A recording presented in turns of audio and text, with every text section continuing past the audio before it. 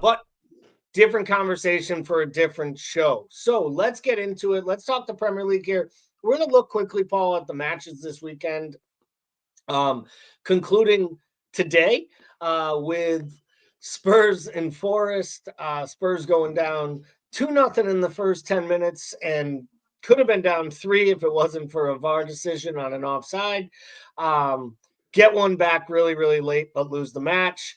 Don't think there's much to be talked about there. We will talk more about Forest later on when we talk about our top 5 battles. So let's just get right at it. I don't even think there's a surprise. The result that jumps out to me on paper here is Aston Villa 4, Newcastle 1, not because Villa doesn't have it in them to win a match at home 4-1, but coming off their Champions League defeat, seeming a little bit less than at their best. They've been playing well. Obviously, the Champions League was a big deflator, but Newcastle might have been the informed side in all of England. How surprised were you? Not that Newcastle didn't win the match, but the fact that they genuinely were never competitive in it. Yeah, I mean, I think watching that match, you could have easily saw Villa get 7 here, right? And just like totally run ramshot. So it was surprising to see Newcastle get rolled that way.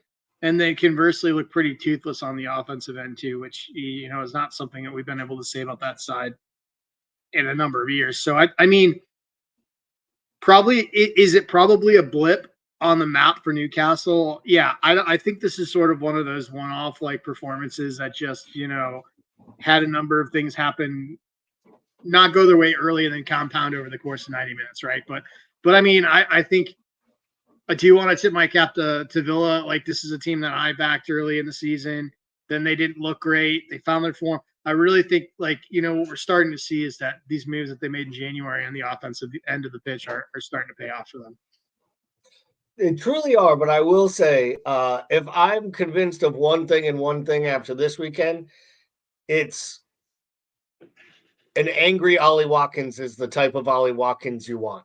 Because rarely do you hear a player say, like, you hear him say things like, I was disappointed, I was frustrated. Like, he basically said, I was angry. And then when they said, were you just angry that you weren't in the lineup?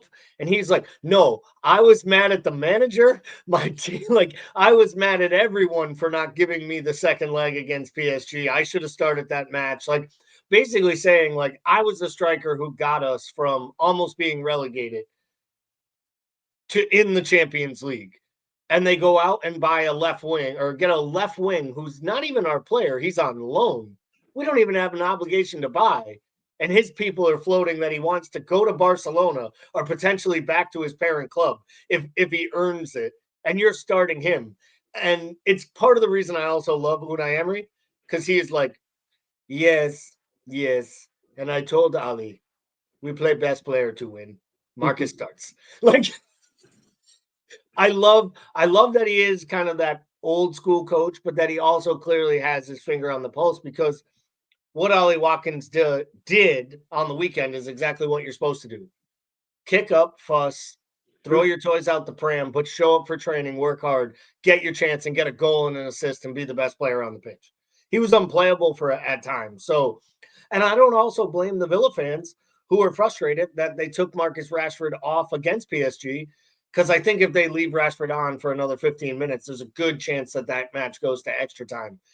And man, then my dream of the Unai Emery revenge tour would still be on, and he would just go and break Arsenal supporters' hearts. But let's look back at those matches again. I think both of us were impressed with Villa, surprised by Newcastle. Still think both have a really good shot at getting in top 5. We'll talk more about that a little bit later. Another match that kind of jumped out at me here that I think we have to talk about because it does play a big role into the top 5 is Fulham Chelsea. To me, it might be the biggest highway robbery of any 3-point victory. Chelsea should have been arrested for the point they were going to steal off of Fulham. And then somehow they get all 3 of them at the death. More about Chelsea having that extra level, right? And just that little bit more and the motivation, or a little bit more about this Fulham side got a really great manager, a few really good players, but is basically punched above its weight all season long?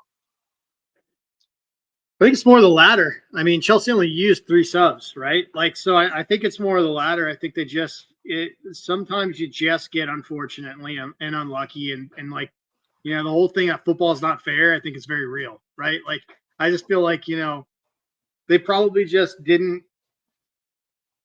I just felt like they just didn't get the luck of the bounce, right? And Chelsea got fortunate here, and I think that Chelsea and Fulham, although diametrically different in the way they operate from a business standpoint, suffer from the same thing. Like, they both have been like, even though Fulham over the course of the season has overperformed, I feel like Fulham and Chelsea have both been wildly inconsistent in what we're going to get.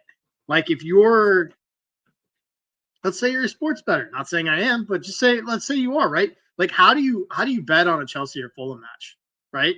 Like, I mean, lately Chelsea's been pretty consistently dreadful, but I mean, you're talking Fulham, you don't know. Like, Fulham can take points off anyone, they can lose them against anyone too.